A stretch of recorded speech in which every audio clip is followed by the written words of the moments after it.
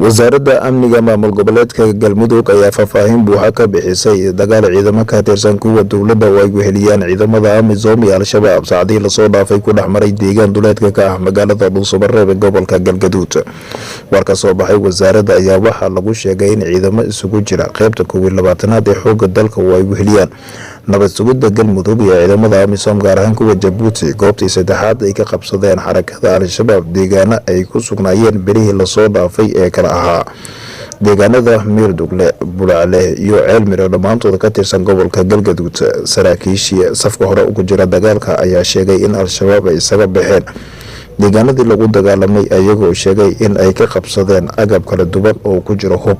sidoo kale waxa ay sheegeen wasaaradda amniga Galmudug in weli howlgallada ay sii socdaan isla markaana ciidamada kala duwan ay ku sugan yihiin deegaanadii lagu dagaalamay. Mana aha markii ugu horeysay weerar ciidan oo ka dhaco deegaan duleedka ka ah magaalada Dhuusamareb ee gobolka Galgaduud.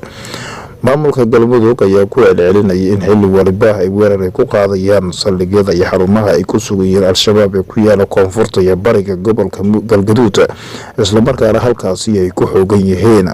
wasiirka amniga Galmudug Axmed Macalin Fiqi sheegay in gulufoladeed ay ku qaadi doonaan goobaha ay ku sugan yihiin xarakada Al-Shabaab ee gobolka Galgaduud.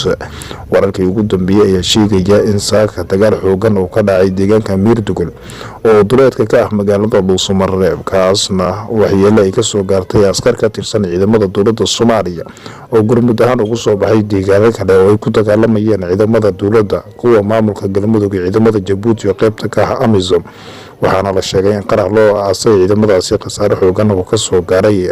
waxaana wararkii ugu dambeeyay caawa laga soo gaaray halkaasi sheegaya weli ay taagan tahay sansaan colaadeed iyo abaabul dagaal oo u dhaxaysa ciidamada dowladda iyo Al-Shabaab. waxaana la sheegay in deegaanada lagu dagaalamay weli ay soo fadhiyaan ciidamada dowladda kuwa Amisom ciidamada Galmudug oo isku dhinaca iyo xarakada Al-Shabaab oo weerarka saaka lagu soo qaaday goobaha ay ka maamulayeen gobolka Galgaduud.